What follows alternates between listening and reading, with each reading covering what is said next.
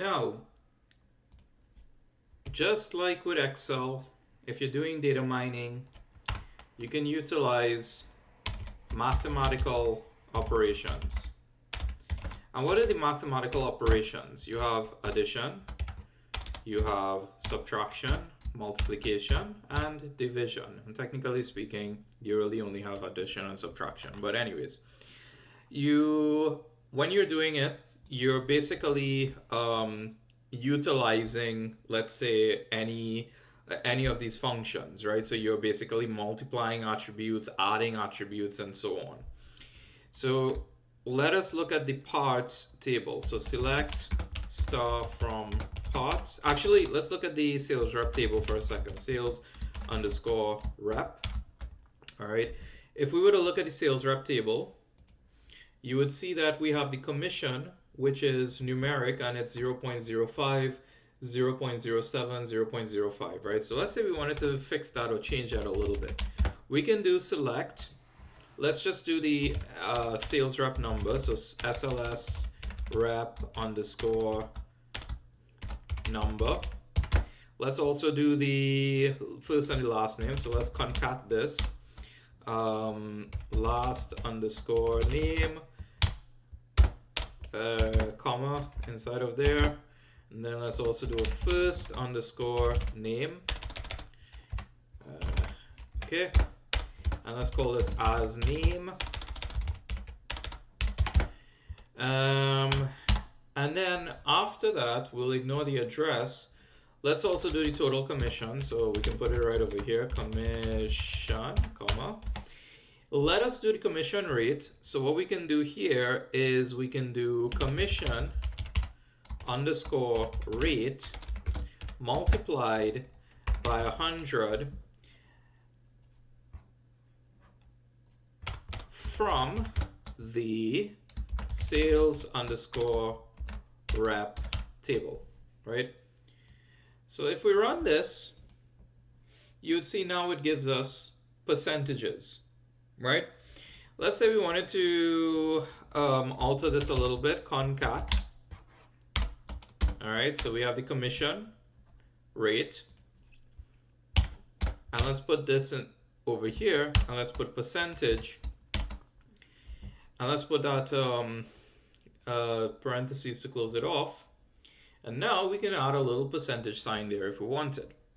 All we did is we just basically did a multiplication over here, right? Now you can do the same thing with two attributes. So let us say we wanted to see the order number, the part number, and the quoted price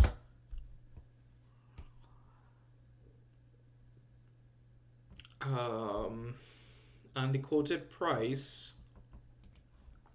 Actually, I need to see this order line table before I can actually develop this query. Order underscore line. I'm trying to figure out what it is I'm trying to demonstrate here. Okay, so if you look at it, right, you can see that for a single order, you can see the part number, you can see the number of ordered, right, and you can see the quoted price. If we were to look at the parts table, for instance, so let's say select star from part. If we were to look at the part table, you would see, let's say AX12 in this case. So AX12 should give us 24 something, right? So let's see, 24.95. So let's do this.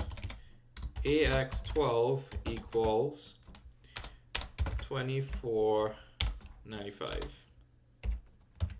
So a couple of things we can do. So let's say we wanted to see the quoted price per unit ordered. So let's go back to the order line table. So if you look at this particular order, the order number, for instance, you would see that it gives us the part. It gives us a number ordered, which is 11, and the quoted price, which is 241.45, right? So what we're trying to do here is we want to basically get the quoted price per actually we want to get the unit price in this case, all right, per order. And let's also get the number ordered along with the quoted price itself. So to do this, to construct this query, we can do select order underscore number, comma, part underscore number, comma. And here's where the math would come in. So we have the quoted price underscore price divided by the number ordered. And we can call this as the unit underscore price, comma, the number underscore ordered, comma, the quoted underscore price from the order underscore line table. So if I run this, it gives me a few extra stuff. So now it's saying $21.95, which is interesting because earlier, if I remember correctly, earlier we should have gotten $24.95, right? So AX12 is $24.95. So interestingly, we do see that the unit price here is slightly less. Maybe if we wait. Right. So maybe if we think about it, maybe when it is that the order was made, the person who bought it, when they bought 11 of it, maybe they got a little bit of a discount. Maybe they got like $3 discount or something like that, right? Because we could have written this query differently. We could have said select order underscore number, the part underscore number.